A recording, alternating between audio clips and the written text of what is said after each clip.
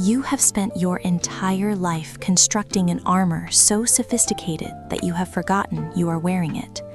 Every morning, you wake and bolt the plates into place, checking the reflection for any gaps where the real you might show through, any cracks where someone could see the uncertainty, the need, the raw and unpolished truth of your existence.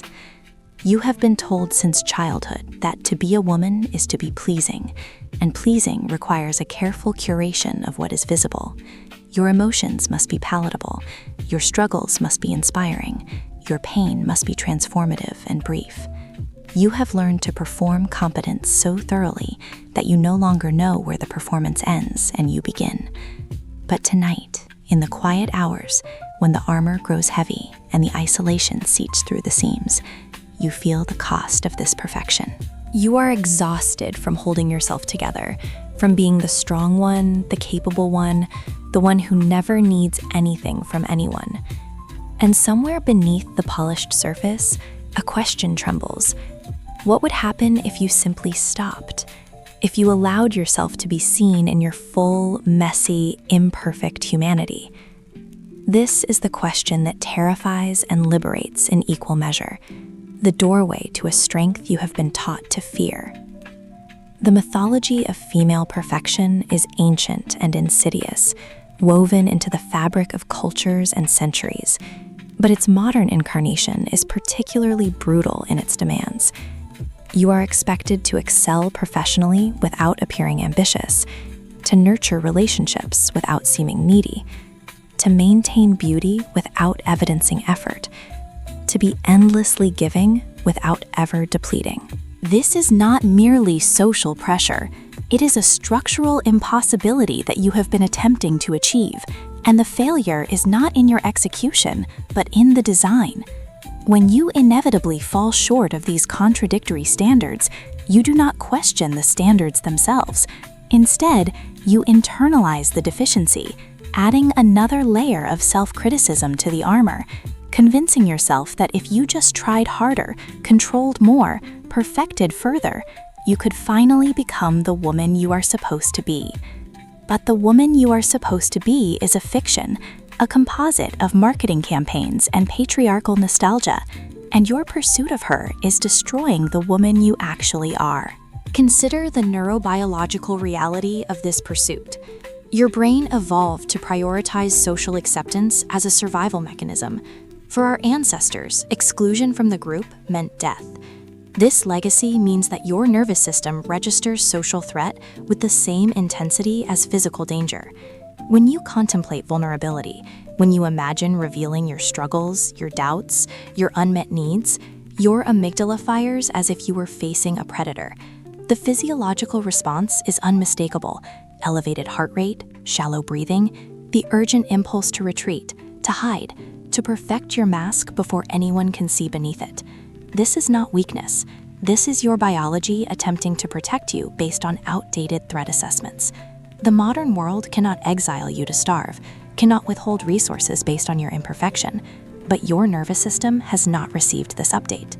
It continues to operate on ancient software, and you have been interpreting its fear signals as wisdom, as intuition, that vulnerability is dangerous. But what if this fear is not protecting you, but imprisoning you? What if the armor you wear to ensure acceptance is precisely what prevents genuine connection?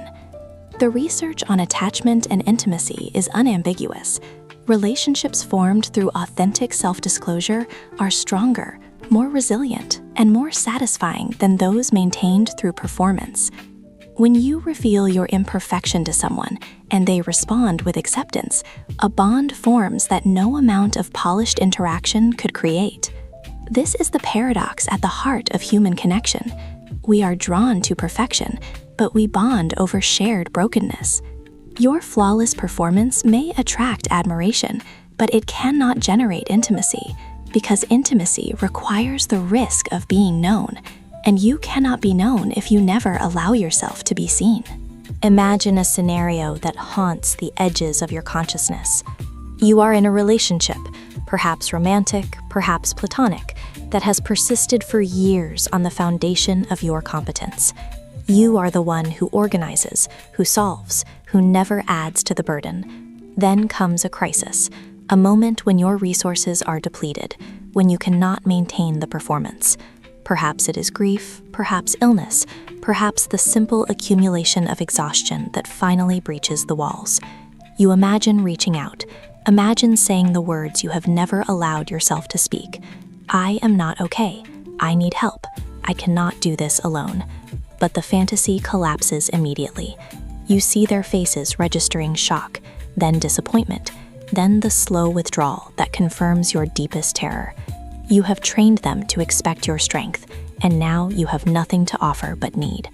The relationship ends, or worse, continues in a diminished form, polluted by their pity and your shame.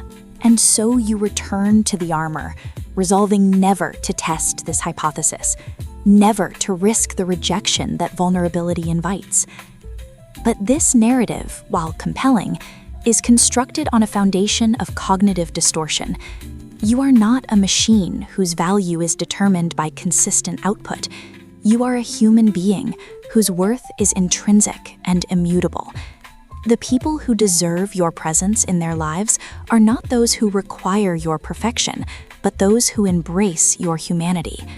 When you withhold your vulnerability, you do not protect the relationship, you impoverish it. You create a connection based on a character you play rather than the person you are. And this connection is inherently fragile because it depends on your sustained performance. The moment you falter, as you inevitably will, the entire structure reveals its hollowness. True resilience in relationships comes not from never needing, but from the courage to need and the trust that the need will be met. Imagine a scenario that haunts the edges of your consciousness.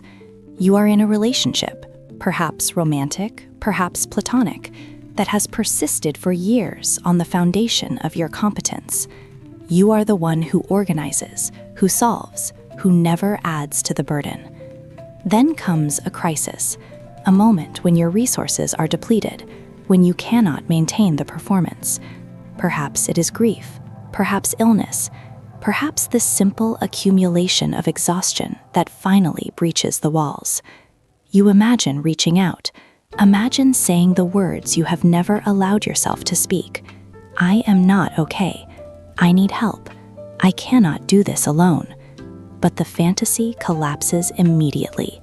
You see their faces registering shock, then disappointment, then the slow withdrawal that confirms your deepest terror. You have trained them to expect your strength, and now you have nothing to offer but need. The relationship ends, or worse, continues in a diminished form, polluted by their pity and your shame. And so you return to the armor, resolving never to test this hypothesis, never to risk the rejection that vulnerability invites. But this narrative, while compelling, is constructed on a foundation of cognitive distortion. You are not a machine whose value is determined by consistent output. You are a human being whose worth is intrinsic and immutable. The people who deserve your presence in their lives are not those who require your perfection, but those who embrace your humanity. When you withhold your vulnerability, you do not protect the relationship, you impoverish it. You create a connection based on a character you play, rather than the person you are. And this connection is inherently fragile, because it depends on your sustained performance. The moment you falter, as you inevitably will, the entire structure reveals its hollowness. True resilience in relationships comes not from never needing, but from the courage to need and the trust that the need will be met. Consider the neuroplasticity that makes this emergence possible. Your brain is not fixed, but constantly rewiring based on experience. When you take the risk of vulnerability and survive, when you reveal your imperfection and are not rejected, your nervous system begins to update its threat assessment. The amygdala learns that vulnerability does not lead to annihilation, that the social world is safer than ancient programming suggested. This is not a single transformation, but a gradual shift, the accumulation of evidence that builds a new internal model. Each authentic interaction weakens the armor, not by force, but by demonstrating that you do not need it as desperately as you believed. The process is slow and nonlinear, marked by retreats and advances, but the direction is toward freedom if you persist. The impact of this freedom extends beyond your individual well-being into the texture of your relationships and communities. When you model vulnerability, you give permission for others to do the same. Your courage creates the conditions for their authenticity, and their authenticity reinforces your own. This is how cultural change happens, not through grand declarations, but through the ripple effects of individual bravery.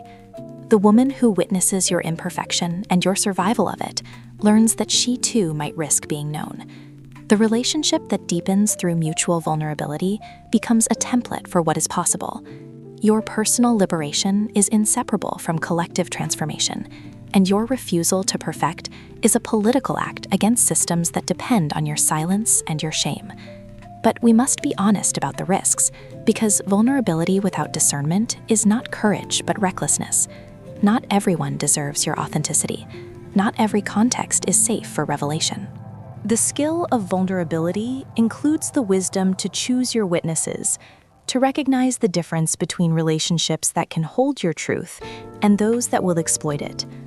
This discernment is itself a form of self-knowledge, the understanding of your own boundaries and the respect for them that perfectionism often overrides. You are not required to be vulnerable with those who have demonstrated their untrustworthiness. You are required only to stop performing perfection for them, to withdraw your energy from relationships that demand your mask, and reserve your authenticity for those who can receive it. The practice of imperfection is not a destination, but a way of moving through the world. It means noticing the moments when you reach for the armor and asking whether protection is truly needed or merely habitual. It means experimenting with small disclosures before larger ones, testing the ground before you leap. It means developing the capacity to tolerate the discomfort of being seen, the exposure that feels like standing naked in harsh light, until you discover that the light is not harsh and the nakedness is not shameful. It means building relationships where repair is possible, where the inevitable ruptures of human interaction can be acknowledged and healed, rather than denied or fatalized. Imagine a different ending to the scenario that haunts you. The crisis comes, your resources deplete, and you speak the words you have feared. I am not okay. I need help. But this time, the response is different. Perhaps there is surprise, yes, because you have hidden this need so well, but surprise followed not by withdrawal, but by presence. The person you have allowed to see you does not recoil. They move closer. They reveal their own hidden struggles, the parallel shame they have carried. And in this mutual recognition, something new is born. The relationship does not end. It transforms.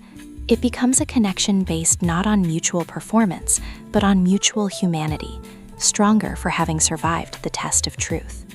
This is not fantasy. This is the documented outcome of authentic relating, the reward that awaits on the other side of your fear.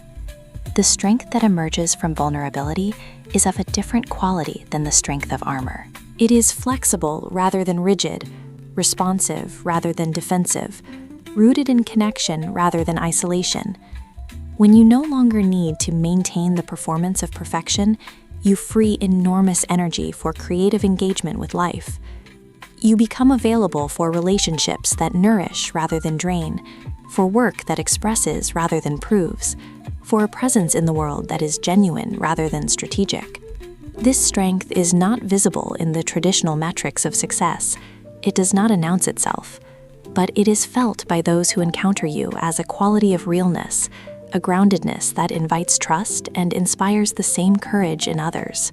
Your journey toward this strength is not linear. There will be days when the armor feels necessary, when the world seems to demand your polish, and you will don it again out of survival. But you will know now that it is armor, that it is not you, and you will remove it when safety returns. You will accumulate evidence that imperfection does not lead to catastrophe, that need does not lead to abandonment, that truth does not lead to exile. Slowly, the identity of the perfect woman will loosen its grip, and the identity of the authentic woman will take its place. This is not a loss, but a gain of incalculable value, the recovery of the self that was always there beneath the construction. The mystery that opened this exploration can now be revealed. The courage you have been seeking, the strength you have been performing, the resilience you have been exhausting yourself to demonstrate, none of these require your perfection. They require precisely the opposite. They require your willingness to be seen in your process, your uncertainty, your becoming. The most powerful women are not those who never falter, but those who falter visibly and continue, who allow their struggles to be witnessed and their healing to be shared. This is the courage of imperfection, and it is available to you now, in this moment, as you choose whether to continue the performance or to risk the truth.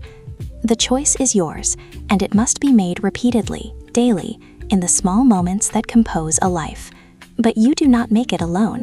There are others on this path, others who are dismantling their own armor, others who are learning to receive and to give authenticity. Together, you form a new culture, one where vulnerability is recognized as strength and imperfection is welcomed as humanity. This is the world that is possible, and it begins with your individual refusal to be perfect. Write below the word that represents the courage you are ready to embrace, and let us witness each other's becoming, starting now.